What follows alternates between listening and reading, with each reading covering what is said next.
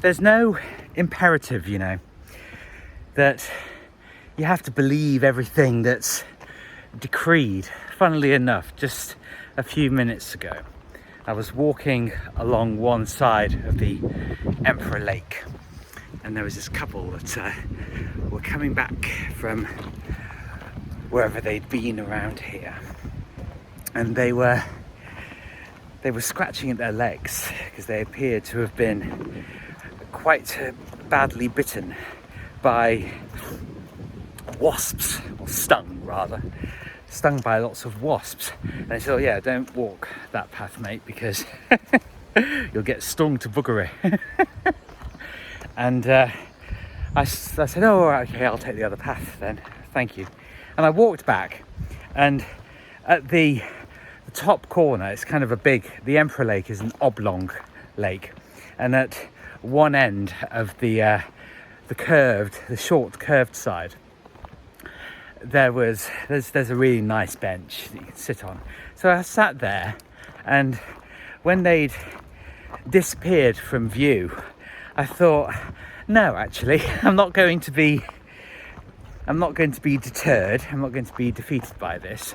I'm actually going to see what they're talking about. And the funny thing is that their experience clearly was totally different to mine, because I walked the full length of the lake and didn't encounter anything. And all for impact.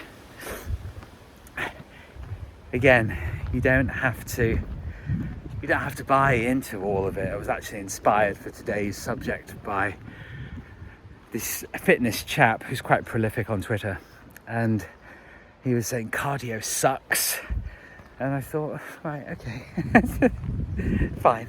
And he's in good shape, this guy.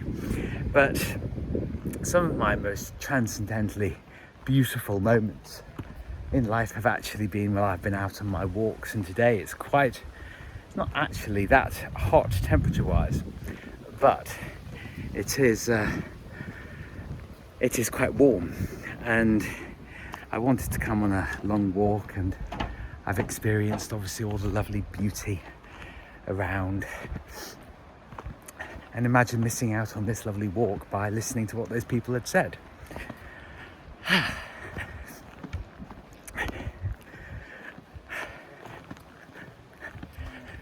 Hello again. Hello. So, people always want to kind of live the soundbite life, you know? They want to have the short, sharp shock of a tweet that gets people to buy into whatever their worldview is, their paradigm is, where they are in, their journeys. And fair enough, that's absolutely fine.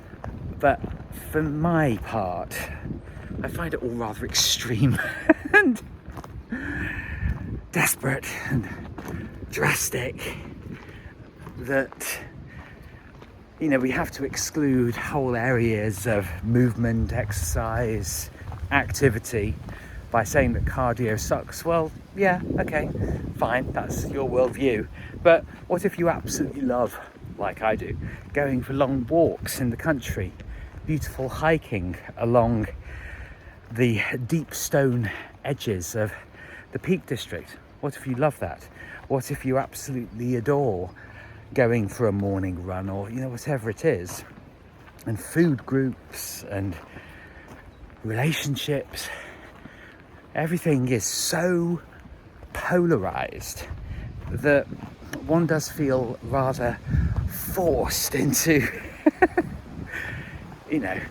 a rather rigid and narrow way of living. And to me, I think what's missing in all of this is personality and individuality as well, actually.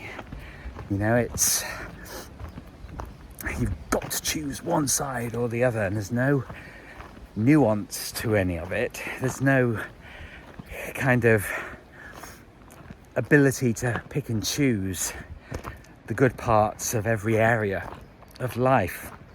And obviously with this fitness guy, his world, the majority of what he puts out, it's all very much of the body. There's not much of the spirit.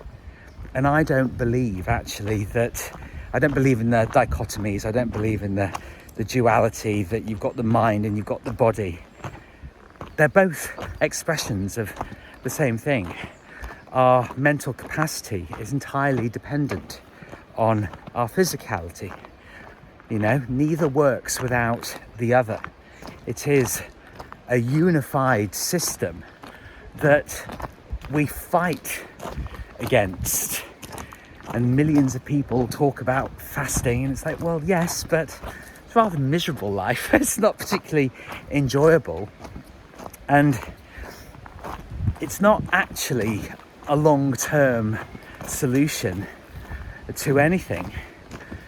You know, we have the capacity to do all of these wonderful things, to eat, to have sex, to exercise, to build businesses. We have all of these things. But I think part of the reason it's so difficult is because we're fighting against ourselves all the time.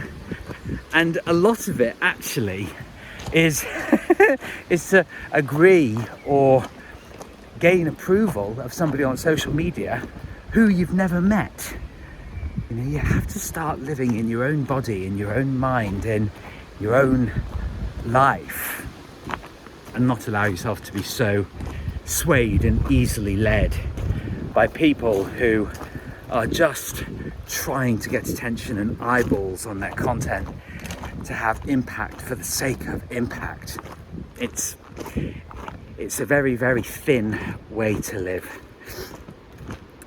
We need to remind ourselves, and we need to start actually doing playful things and fun things and naughty things, outrageous things, you know, just I think to alleviate a lot of the stress that we feel, we need to remind ourselves that we are human beings and we're not machines. We have souls, we have leanings, we have massive potential. And so the more that you can actually relax and be in your own body, and when I say relax, I mean being true to yourself, finding the things that actually work for you, and with this whole impact for the sake of impact, not desperately trying to convince people of anything, you know, share, but don't dictate.